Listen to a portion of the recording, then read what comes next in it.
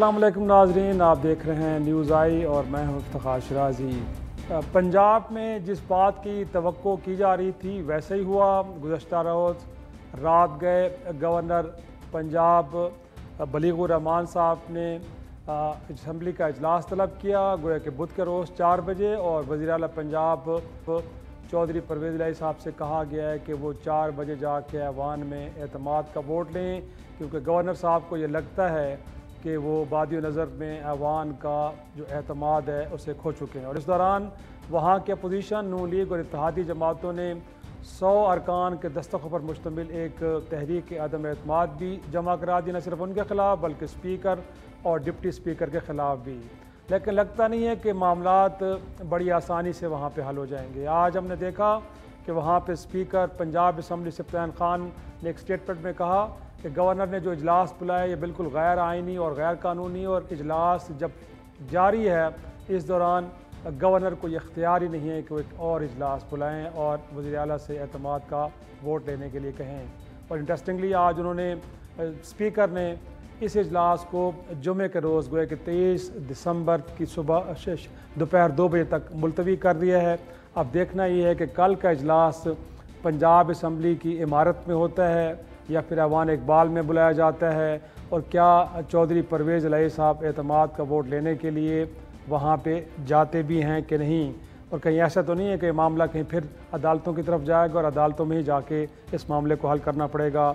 इस दौरान वहाँ पे जरदारी साहब उनकी मुसलसल मुलाकातें चौधरी परवेज़ इलाही साहब से हो रही हैं, और दावे ये किए जा रहे हैं कि पंजाब असम्बली के अंदर जो काफ लीग के 10 अरकान है उसमें से 6 अरकान को ये कहा गया, और उन्होंने इस पर आमादगी भी जाहिर कर दी है कि जब नया कायद ऐवान चुना जाएगा तो वो अपने एतमाद का वोट शायद अपोजिशन के किसी उम्मीदवार की झोली में डालेंगे। अब देखना ये है कि पिछले 6-8 माह में हमने देखा है कि 10 जमातों पर मुश्तमिल एक जमात थी जिसके वज़ीर आला थे, और अब ये लग रहा है कि ये अब वज़ारत उज़्मा वहाँ पे वज़ारत आला वहाँ पे अब पीपल्स पार्टी के हिस्से में जा रही है। कहा यह जा रहा है कि अब पीपल्स पार्टी को ये वज़ारत आला दी जाएगी अगर वहाँ पे तब्दीली आती है। तो गोया कि पहले 10 अरकान और अब 7 अरकान जो पर मुश्तमिल जमात वहाँ पे पंजाब की हुकूमत संभालेगी। और नाज़रीन, इस दौरान हमने देखा है कि राना सनाउल्लाह साहब का बयान भी आया कि कल अगर वज़ीर आला साहब वहाँ पे एतमाद का वोट नहीं लेते तो वो वज़ीर आला नहीं रहेंगे, और यकीनी तौर पर फिर नए कायद ऐवान का इंतखाब होगा। और इस दौरान आपने देखा है कि फवाद हुसैन जो साबिक वज़ीर इत्तलाआत हैं और तहरीक इंसाफ के अहम रहनुमा हैं, वो कह रहे हैं कि जो कुछ भी कर लें हुकूमत वक्त को बिलाखिर इलेक्शन की जरा भी बढ़ना पड़ेगा। इस सारे मामले पे डिस्कशन करेंगे। हमारे साथ स्टूडियो में मौजूद एहसान अफजल साहब, बहुत शुक्रिया सर, आप प्राइम मिनिस्टर के coordinator by commerce and industries हैं और नून लीग से आपका ताल्लुक़ है। वीडियो लिंक पे हमें ज्वाइन किया है आलिया हमजा साहबा ने, आपका ताल्लुक़ तहरीक इंसाफ से है, और हम कोशिश करेंगे, बल्कि बताया जा रहा है कि हमें बैरिस्टर असद रहीम साहब ने भी ज्वाइन कर लिया है। उनसे कोशिश करेंगे कि अगर इसमें कोई कानूनी पेचीदगियाँ आती हैं तो उनको हल करना मुमकिन होगा कि नहीं, और क्या खुद ये सियासतदान इस मामले को हल कर पाएंगे या मामला अदालतों की जानिब जाएगा। तो आलिया साहबा, गुफ्तगू का आगाज़ मैं आप ही से करूँगा। ये कल जो सिचुएशन बनने जा रही है वो लगता है कोई इतनी कोई मुनासिब नहीं होगी। वहाँ पे लगता है कि फिर एक अजीब सी सूरत हाल बनेगी, इजलास होता है नहीं होता, वज़ीर आला जाते हैं नहीं जाते। अब ये क्या ज़रूरत पड़ी थी? अगर ख़ान साहब ने 17 को ऐलान कर ही दिया था कि असम्बलियाँ तहलील की जा रही हैं तो अगले दिन कर दिए जाते।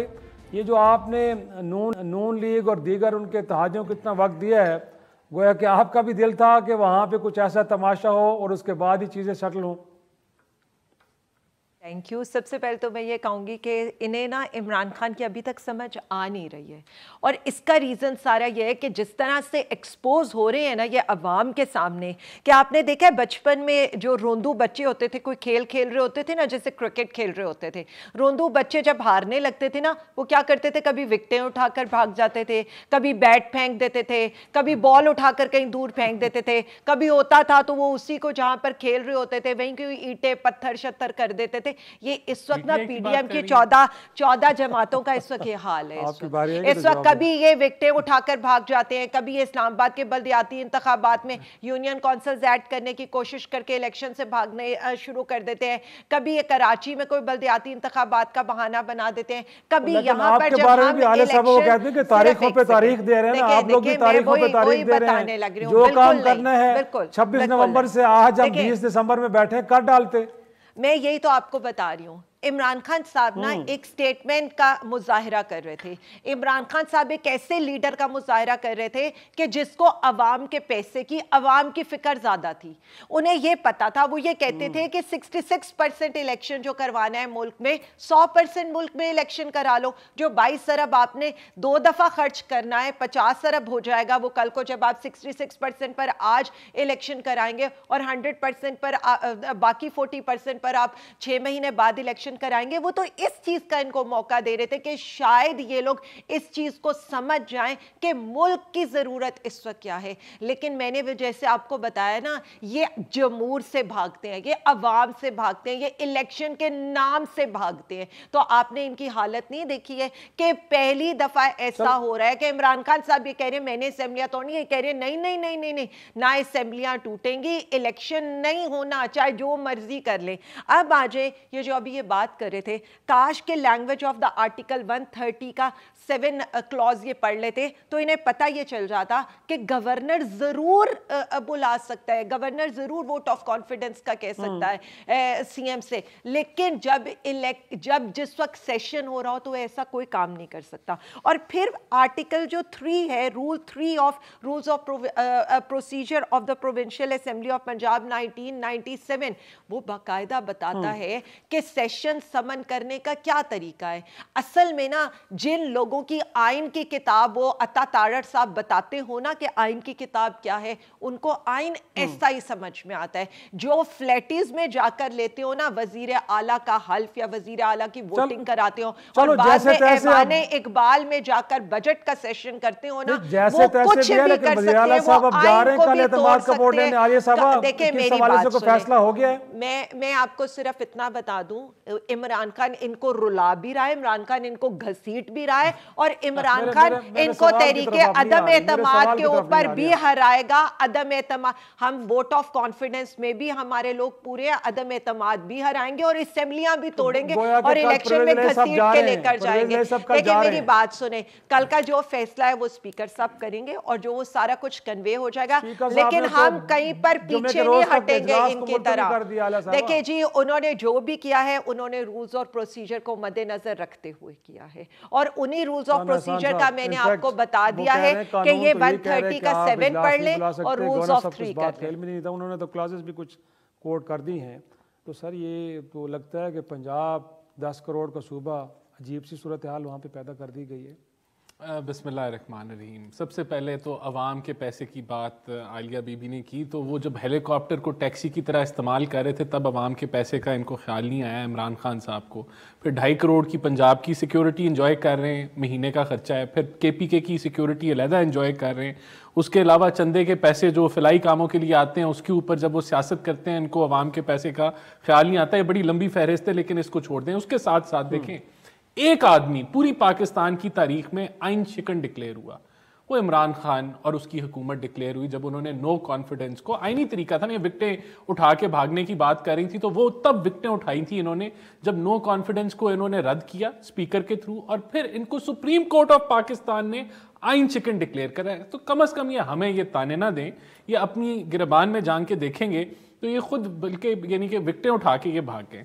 चले ये हो गया। दूसरा देखें, अब ये जो आर्टिकल 137 जो ये कह रही है कि किसी ने पढ़ा नहीं, उसको पढ़ने के बाद मेरे ख्याल से गवर्नर साहब ने इसको इन्वोक किया है।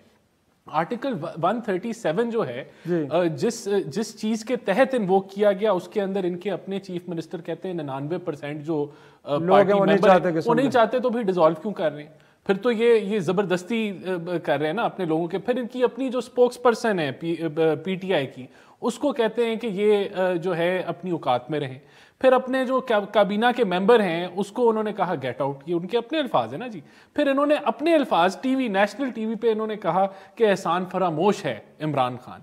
तो जब ये इतनी ज़्यादा एक अदम एतमाद, अब फिर जाहिर सी बात है इन्वोक किया, कानून के मुताबिक इन्वोक किया, और वही कानून जो 137 है उसी के मुताबिक अगर कल ना हुआ सेशन, ये कहीं नहीं लिखा कानून में, ये अपनी तरफ से ये झूठा बयानिया दे रहे हैं कि जी ये जब सेशन प्रोरोग हो रहा हो तो ये आप इन्वोक नहीं कर सकते। कहीं कानून में नहीं लिखा हुआ कि आप ये गवर्नर जो है आर्टिकल 137 इन्वोक नहीं कर सकता। ये बिल्कुल मैं आपको क्लियर कट कह रहा हूं। अच्छा। कल सीधी सी बात होनी है, अगर ये 4 बजे तक इन्होंने सेशन अगर ना बुलाया तो इसका मतलब है कि परवेज इलाही अपना कॉन्फिडेंस खो बैठे असेंबली के अंदर, अपना कॉन्फिडेंस नहीं, मेजॉरिटी खो बैठे, और वो ही will cease to be the chief minister of Punjab. It is as simple as that. इसका फिर एक नोटिफिकेशन जारी होगा, सिंपल सा, जो गवर्नर हाउस से होगा, जो गवर्नर हाउस से होगा, और वो सीएम शिप से बिल्कुल फारिग हो जाएंगे। तो बात पता क्या है, ये आए थे असेंबली डिसॉल्व करने, ठीक है, और डिसॉल्व करने का इनका मूड कोई नहीं था, इसलिए ये डेट पे डेट 6 महीने इन्होंने ट्रक की बत्ती के पीछे लगाया आवाम को कि जी ये आलमी साजिश और फलाना ढमकाना। जब उससे ये बिल्कुल मायूस हो गए और झूठ इनका पकड़ा गया और इनका फ्लॉप हुआ लॉन्ग मार्च, फ्लॉप हुआ पिंडी का शो, तो नया शोशा इनका था असेंबली डिसॉल्व, वो भी अब कल इख्तिताम को पहुंच जाएगा। लेकिन मैं चाहूंगा कि बैरिस्टर असद रहीम हमारे साथ है। असद, क्या लगता है आपको, वाकई जो इस वक्त वफाकी हुकूमत एक पोजीशन ले रही है कि हो सकता है कि गवर्नर इजलास बुला सकते हैं, और जिस तरह सिफ्तान खान साहब ने सारी सिचुएशन को एलेबोरेट किया है वहाँ पे स्पीकर पंजाब असम्बली ने, आइन कानून कहता क्या है, क्या कोई कन्फ्यूजन है या आपको लगता है कि नहीं चीज़ें बड़ी वाज़ेह हैं और कहीं अब तहरीक इंसाफ राय अफरार इख्तियार करने की कोशिश कर रही है?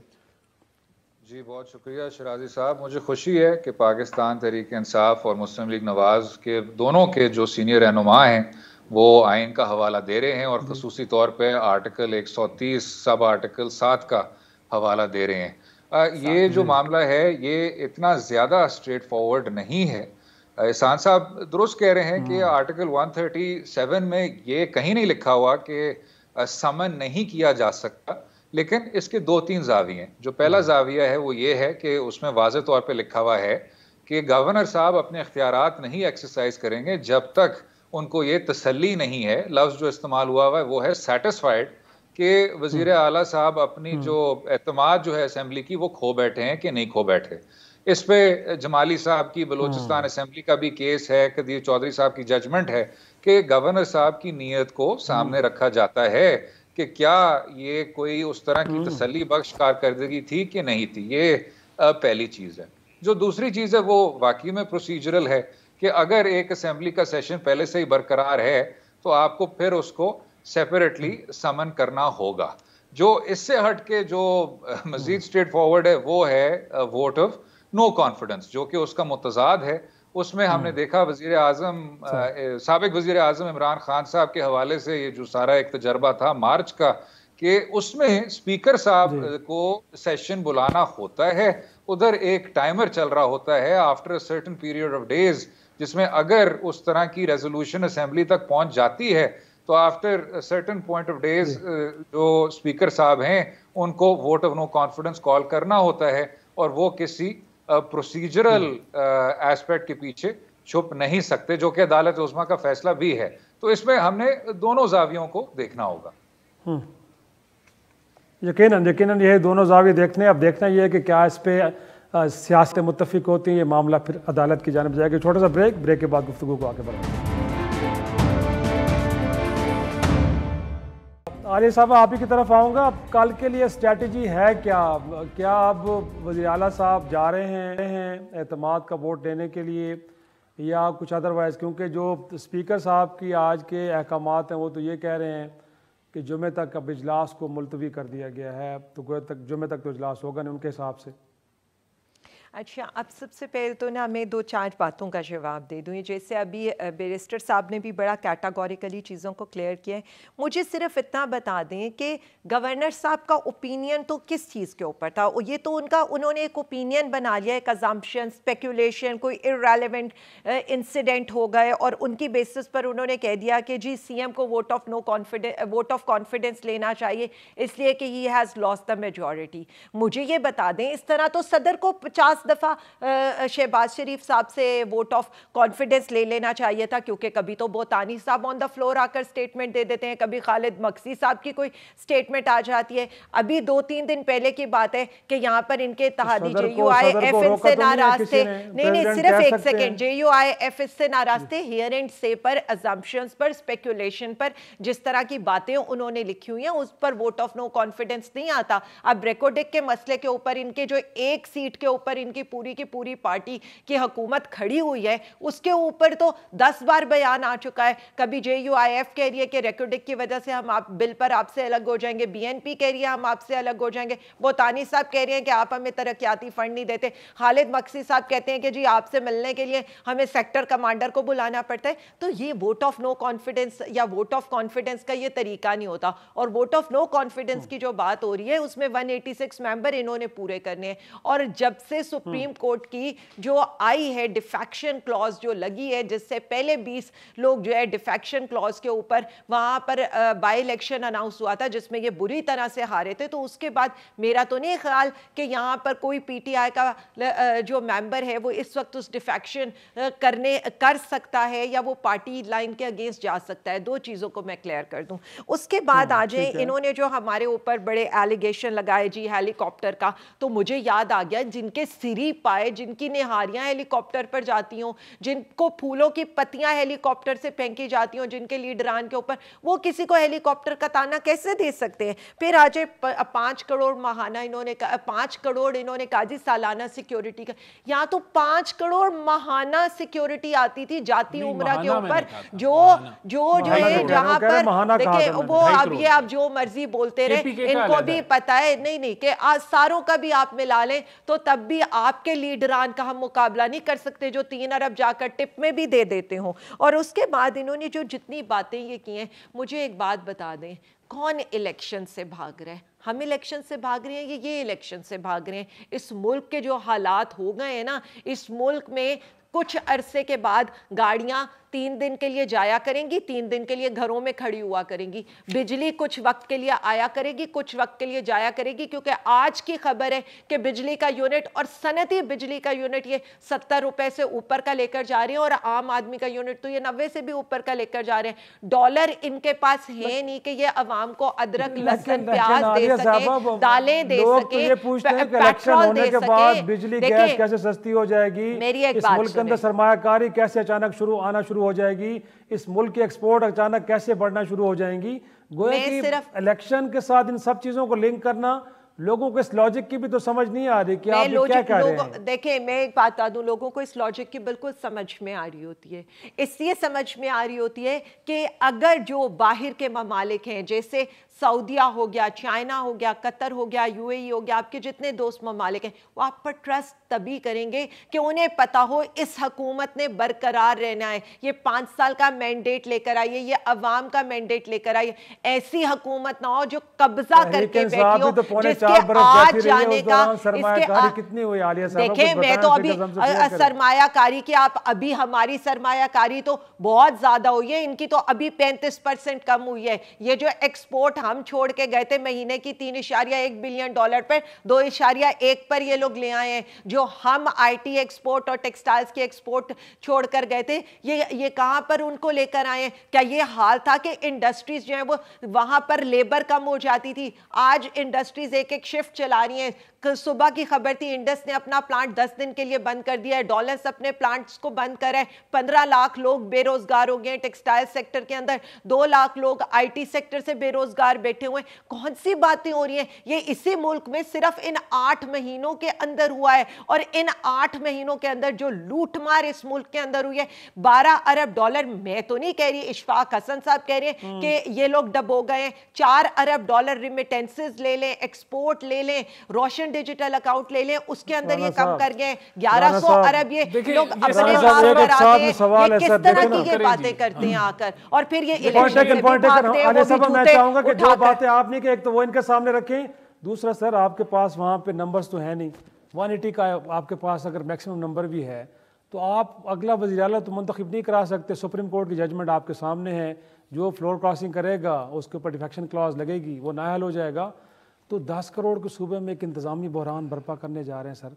और साथ में उन्होंने कहा है कि जो गवर्नर ने जो ग्राउंड्स लिए हैं, इस तरह के ग्राउंड्स तो कहते हैं मरकज में भी मौजूद हैं, बट देखें यहाँ पे तो प्रेसिडेंट ने ऐसा नहीं किया। नहीं, देखें ये फिर मुझे रिपीट करना पड़ेगा। देखें क्या कहा था चीफ मिनिस्टर ने इमरान खान वो कहते हैं भूटानी साहब ने क्या कहा था? नहीं, वो ये चीफ मिनिस्टर ने कहा ना। चीफ मिनिस्टर ने अपने कोalition पार्टनर जिसकी वजह से वो चीफ मिनिस्टर साहब पिछले दिनों कहा है कि हम भी निकल रहे हैं, बातें नहीं मानी जा रही हमारी। नहीं, फिर उनको मना लिया गया ना। यहाँ क्या हो रहा है, यहाँ तो उनको कहा कि वो पीटीआई के लोग मुतमईन वो परवेज इलाही के साथ खड़े हैं। देखिए उन्होंने कहा कि वो एहसान फरामोश हैं, इमरान खान साहब एहसान फरामोश हैं, इससे बड़ा लकब उनको और वो क्या दें। ये जो ख्याल कास्ट्रो MPA अभी बने, मिनिस्टर बने, तो वो पता ही नहीं था इमरान खान को, उनको वजीर बना दिया।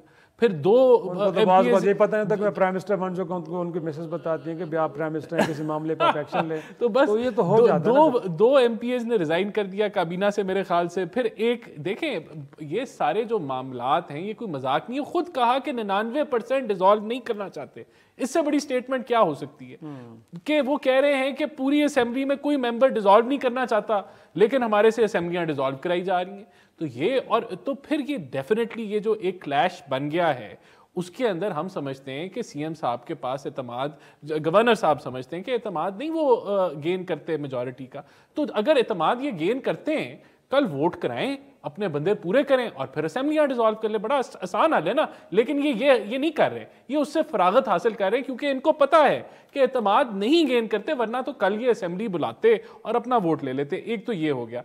देखिए दूसरा जो इन्होंने सारी अभी ये जो रट्टा लगाया हुआ है, ये सारा प्रोपेगेंडा है। अवाम बेवकूफ़ नहीं है पाकिस्तानी, वो जानती है कि इमरान खान इस मुल्क को खोखला कर गया। $43 बिलियन के उसने कर्जे 3.5 सालों में ले लिए, 25,000 अरब से मकरूज कर दिया इस मुल्क को। इधर के पावर सेक्टर को उसने 2500 अरब के खसारे पे छोड़ दिया। कहता है 6% की ग्रोथ की, उधार पे ग्रोथ की, मुल्क को खोखला किया। अब हम आए जब हुकूमत में, हमारा दिल कर रहा था बिजली महंगी करें, हमारा दिल कर रहा था पेट्रोल महंगा करें, ना करते मुल्क दिवालिया हो जाता। हमने वो सारे मुश्किल इकदाम लिए जो इन्होंने नहीं किए, मुल्क को दिवालियेपन की तरफ धकेला। जब हमने मुल्क को दिवालिये से बचाया, उस पर ये तमाशा लगा रहे। तो कहने का मतलब ये समझते हैं कि ये जो गोली देंगे अवाम को, अवाम कहेगी कि बल्ले भी बल्ले इमरान खान की बात मांगे। अवाम बड़ी अक्लमंद है, अवाम जानती है कितना नकमी हुकूमत थी, कुछ इनसे मैनेज नहीं हुआ। अब ये जो मर्जी ये नैरेटिव नहीं। दूसरी बात देखिए, मुझे ब्रेक करेगा राना साहब, एक छोटा सा ब्रेक लेते हैं, ब्रेक के बाद गुफ्तगू के सिलसिले पर आगे बढ़ाएंगे। मैं जानना ये चाहूँगा कि एक तो जो आलिया साहब ने भी नुक्ता उठाया कि जो वजूहात गवर्नर साहब ने अपने ख़त में लिखी हैं वो कोई इतनी मुनासिब नहीं है कि जिसकी बुनियाद पे वज़ीर आला से कहा जाए कि ये एतमाद का वोट लें। बट मेरा सवाल इसके साथ ये जुड़ा है कि आपको लगता है कि ये उनका अपने इनिशिएटिव है या कहीं से उनको डायरेक्शंस आई हैं जिसकी बुनियाद पर उन्होंने ख़त लिखा? और साथ में जो आज चौधरी फवाद साहब ने भी कहा कि आर्टिकल 109 तो ये कहता है कि जब कोई इजलास जारी हो तो उस दौरान कोई इजलास बुलाया नहीं जा सकता जब तक उसको मुलतवी ना किया जाए। तब क्या हम तसव्वुर करें कि मामला फिर अदालत की जानिब जाएगा और वहीं पे जाके सेटल होगा? जी शराजी साहब, इसमें यही लग रहा है कि ये सवाल भी अदालत की नज़र किया जाएगा। और अफसोस से ये कहना होता है क्योंकि उम्मीद तो यही होती है तमाम लोगों की, तमाम वोटर्स की, कि इन तमाम अमूर को पार्लियामान में ही डिस्कस किया जाए और पार्लियामान में ही इन बातों की तह तक पहुंच जाया जाए। जहां तक गवर्नर साहब की सवाबदीद है, आर्टिकल 130 में फिर भी वही मैं बात एक बार फिर करूंगा, क्वालिफिकेशन है कि गवर्नर साहब के जो भी वजूहात हैं उनको सेटिस्फाई होना चाहिए और उस वजह से उनकी जो नीयत है उसको वाज़े तौर पे और एक तरह से उनके जो बोनाफाइड्स हैं, जो गुड फेथ है, उसको भी वाज़े होना चाहिए। अब आपने अगर एक वोट ऑफ कॉन्फिडेंस के शाना बशाना एक वोट ऑफ नो कॉन्फिडेंस भी डाल दिया है तो तासुर ये जा सकता है कि इसके और तरह के भी एक सियासी तनाजुर में इसको तसव्वुर किया जा सकता है। तो एक तो ये बात जो दूसरी बात है उस समनिंग की, यही मेरे ख्याल से वो सवाल है जिसकी तशरीह बनती है क्योंकि गवर्नर, सूबे के गवर्नर का वाज़ेह इख्तियार है आइन में दिया हुआ कि गवर्नर साहब at a time of his choosing, at a place of his choosing, वो ये बता सकते हैं कि जी असेंबली को समन किया जाए और असेंबली के सेशन को प्रोरोग भी किया जाए। अब जो कानूनी सवाल है वो यही है कि जी अब जो समन का लफ्ज है इसका मतलब तो यही हुआ कि इसको फिर एक ब्रांड न्यू सेशन होना होगा और उसी वजह से फिर अदालत की तरफ अब लोग बढ़ रहे हैं। हाँ, और इनफैक्ट आज जो हाई कोर्ट ने भी जो नून लीग के 18 अरकान जिनकी रुकनीत मुअत्तल थी उनको भी बहाल कर दिया और साथ में ये कहा गया कि वो वोट भी कास्ट कर सकते हैं, तो उसको भी इसी कॉन्टेक्स्ट में देखा जाए कि तहरीक आदम एतमाद आई है तो वहाँ पे नंबर्स का अगर कोई प्रॉब्लम आ रहा था नून लीग को तो अब एक फैसिलिटेशन वहाँ से आ गई है। नहीं, बट इसमें जनाब जो ये फैसला था सुप्रीम कोर्ट बार एसोसिएशन बनाम वफाक, जिसमें अदालत उज़्मा ने ये होल्ड किया कि जो मुनहरिफ अराकीन हैं उनके वोट को गिना नहीं जाएगा। याद रहे कि आर्टिकल 63A में एक बाकायदा मैकेनिज्म दिया हुआ है जिसमें सियासी जमात के जो सरबराह हैं और जो पार्लियामेंट्री पार्टी है, एक तो इनके इख्तियारात में हमें तफरीक करनी चाहिए, लेकिन बहरहाल आपकी फिर जमात की फिर सवाबदीद होती है कि क्या वो उस रुकन के मुतालिक जब वो वोट कास्ट कर लेता है तो पार्टी हेड उसको फिर सियासी जमात से खारिज करता है कि नहीं करता। अदालत उज़्मा ने सिर्फ ये कहा है कि मुनहरिफ रुकन का जो वोट है वो गिना नहीं जाएगा, वो उसको कास्ट कर सकते हैं। और जहां तक नाअहली की बात है, चले नाअहली का लफ्ज उसका एक और कानूनी वो एक असर है, डी सीटिंग का की जहां तक बात है वो सियासी जमात ही बताएगी आपको कि क्या इनको डी सीट करना चाहिए कि नहीं करना चाहिए। सही मुनासिब पॉइंट टेकन। आलिया साहब आप ही की तरफ आएंगे, थोड़ा सा ये जानने की कोशिश करेंगे कि अब पंजाब में तो शायद चीज़ें डिले हो जाएं, जिस तरह की सूरत हाल हमें देखने को मिल रही है कि 23 से भी आगे मामला जा सकता है, लेकिन क्योंकि अब खान साहब ने एक तारीख तो दे दी है तो हम उम्मीद रखें कि कम से कम खैबर पख्तूनख्वा असम्बली 23 तारीख को तहरील हो जाएगी। उस हवाले से तो कोई कन्फ्यूजन नहीं और वहाँ पे कोई रुकावट भी नहीं है। देखें जी, हम तो सिर्फ इतना समझते हैं, हम तो ये चाहते थे असेंबलियाँ डिज़ोल्व हों, 90 दिन के अंदर आइन और कानून के मुताबिक इलेक्शन हो और जो भी पार्टी मैंडेट लेकर आए वो दोनों सूबों में अगले 5 साल के लिए अपनी हुकूमतें बनाए। मेरा सवाल तो उन सूरमाओं से है, नून लीग के और PDM के, जो बार बार हमें आकर कहते थे असेंबलियाँ तो तोड़े, हम अगले दिन इलेक्शन करा देंगे। आज हुआ आपने देखा नहीं है, भागे भागे जरदारी साहब भी फिर रहे हैं, वज़ीर आज़म साहब भी फिर रहे हैं, कई चौधरी शुजात साहब के घर उनकी मिन्नतें तरले करें कि किसी तरह से असेंबलियों को जो है बचा लें। बात इनसे पहले ये होनी चाहिए कि ये इनका कौन सा टर्न है, यू टर्न है, जेड टर्न है, एक्स टर्न है या ए टर्न है या बी टर्न है, मैं इस टर्न को क्या नाम दूं। दूसरी बात, अभी मेरे जो कुलीग बैठे हैं PMLN के, इन्होंने कहा जी हमने तो पता नहीं कितने जो है कर्जे ले लिए।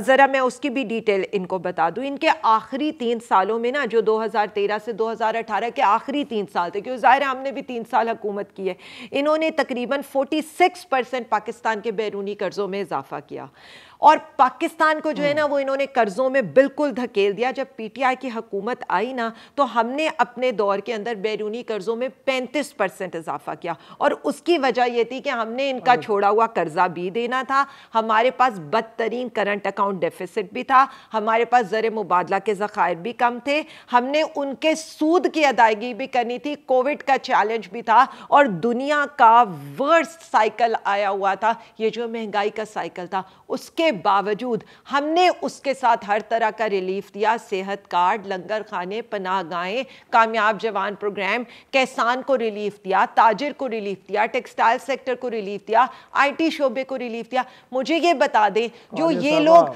8 से 10 ट्रिलियन रुपीस जो है पिछले 8 महीनों में कर्ज के बढ़ा चुके हैं, उसके बावजूद सिर्फ एक सेकंड, सिर्फ मैं वो भी बता देती हूँ, मैं वो भी बता देती हूँ, इन्हीं का सर्वे आया है, इन्हीं का सर्वे आया है कि PTI ने 55 लाख लोगों को 3 साल के अंदर रोजगार दिया। जब एवरेज निकाला गया तो हमारा एवरेज जो बनता था वो 18 लाख का बनता था, इनके जो रोजगार का एवरेज था वो 11 लाख का था और इवन पीपल्स पार्टी के दौर का 13 लाख पर ईयर का एवरेज बनता था जिन लोगों को जॉब्स दी गई। आप ये सोचें कि हम पर ईयर 18 लाख लोगों को जॉब दे रहे थे, इन्होंने 8 महीने के अंदर 15 लाख लोगों को तो सिर्फ टेक्सटाइल सेक्टर से बेरोजगार कर दिया और महंगाई आपने देखा है 12% की महंगाई 30% के ऊपर आ गई है। कल पंजाब में क्या होगा उसको सर पंजाब, सर मैं आपको बता दूं, पंजाब के अंदर इनको पता है सिर्फ गैर कानूनी गैर आईनी तौर पर ये एक दफा दोबारा अगर तसल्लुत कायम करने की कोशिश करेंगे, जिस तरह 17 जुलाई को निकाला था, वैसे सामने रखूंगा ना, वो नुक्ता ये है कि ज़रूरत के तहत अगरचे अवाम के दुखों का मदावक करने के हवाले से स्लोगन तो दोनों जमातों का यही है, लेकिन नजरिया ज़रूरत के तहत अगर लगा तो 10 अरकान पर मुश्तमिल काफ लीग को वजारत आला दे दी गई पंजाब में, और लगता है कि आप नून लीग भी 7 अरकान पर मुश्तमिल जो पीपल्स पार्टी है वहाँ पे उनकी झोली में डाल दे, क्योंकि सिचुएशन अगर ये डिमांड कर रही है तो ये कर लेना है, और अगर आवाम के मैंडेट की तौहीन करने तो उसमें कोई हर्ज नहीं है। दोनों जमातों को इससे कोई फ़र्क नहीं पड़ता। एक छोटी सी ब्रेक के बाद डिस्कशन को आगे बढ़ाएं। राना साहब, एक तो ये है कि अगर आप क्राइसिस ओवर करना चाह रहे हैं, कौमी असम्बली में तो आप उनके इस्तीफ़े मंजूर नहीं कर रहे, स्पीकर साहब कुछ और बातें करना शुरू हो जाते हैं। फिर आप देखें सर मुल्क के हालात, इस वक्त खैबर पख्तूनख्वा के कम से कम 4 डिस्ट्रिक्ट हालत जंग में हैं, और जो कुछ बनू में आज हुआ है वो भी आपके सामने है। तो सर कोई एक सीरियसनेस दोनों तरफ से, लोग यही कहते हैं कि नज़र नहीं आ रही सिचुएशन को काम डाउन करने के हवाले से। गवर्नमेंट तो बहुत सीरियस है। गवर्नमेंट ने तो मिसाके मीशत की बात की, आज नहीं की, जब अपोजिशन में शहबाज साहब थे तब भी की।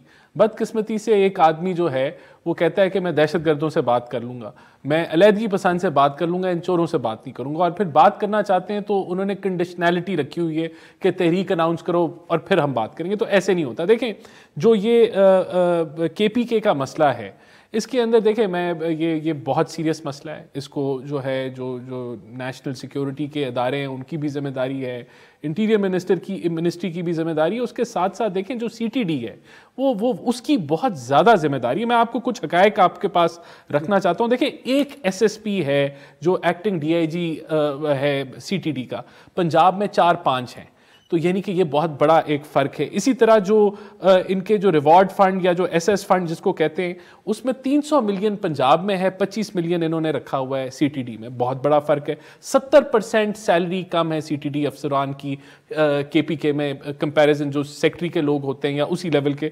अकोमोडेशन का इशू नहीं, इनके पास अकोमोडेशन ठीक नहीं है, हेड ऑफिस ठीक नहीं है। एक इन्होंने बिल्डिंग के अंदर दिया हुआ है एक फ्लोर और उसके नीचे भी एम्यूनेशन का डिपो है, यानी कि बम के ऊपर वो बैठे हुए हैं। 150% शहीदों के का फर्क है। तो ये देखें 9 साल से KPK की गवर्नमेंट है, इनको चाहिए है कि CTD को बिल्डअप करे।